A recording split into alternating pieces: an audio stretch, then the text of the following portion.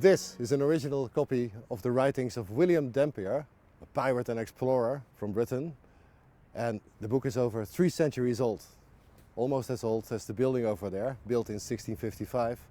It's the arsenal of the Dutch Admiralty in Amsterdam, and Dampier might have seen it if he ever visited the city.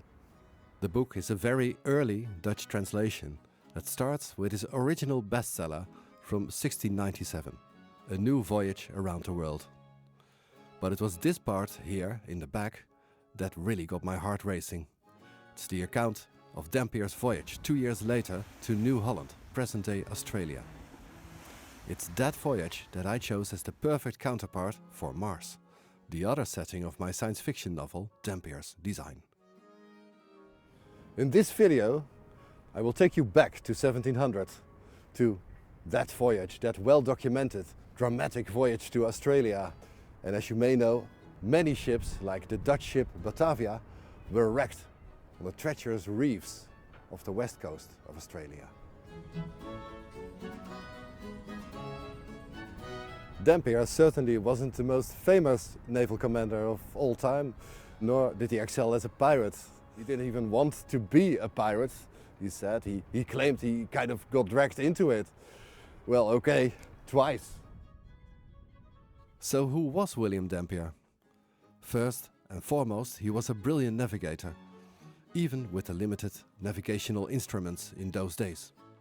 He explored the Australian coast, didn't find anything beneficial to the British Crown, and then went on to New Guinea. Meanwhile, he defied several attempts at mutiny, and yes, wow, almost makes it back to England. But it was not to be. In February 1701, his ship, the Roebuck, springs a leak near the island of Ascension. Dampier and his rebellious crew are marooned for over a month. It's also the point where the story of Dampier's Design reaches its boiling point, and everything will converge in a final showdown.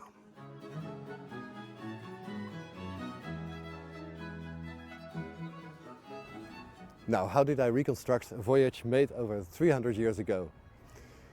Well, I must say I got lucky, because Dampier's voyage to present-day Australia is one of the best documented voyages of that time.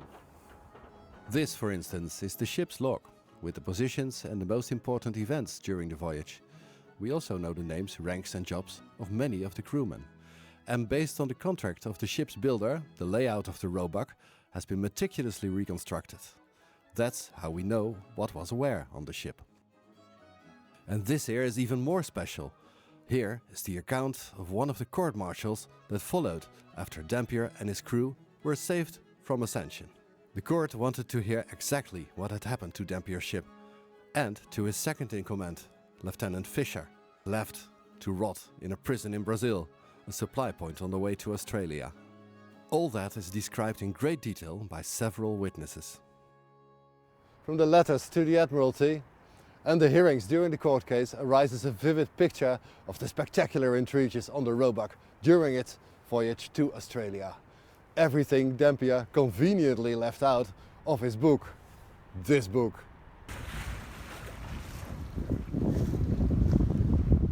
Great research, but I took it one step further.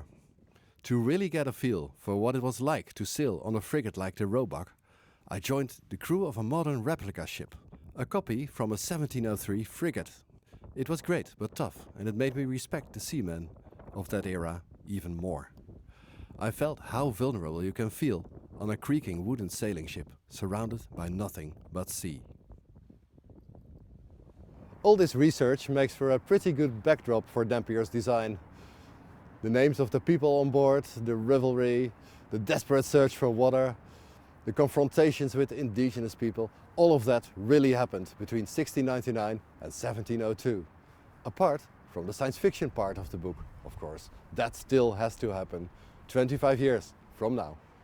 Meanwhile, read Dampier's Design and let it take you to the future and back to Dampier's time and discover how they are connected. It will be a great adventure.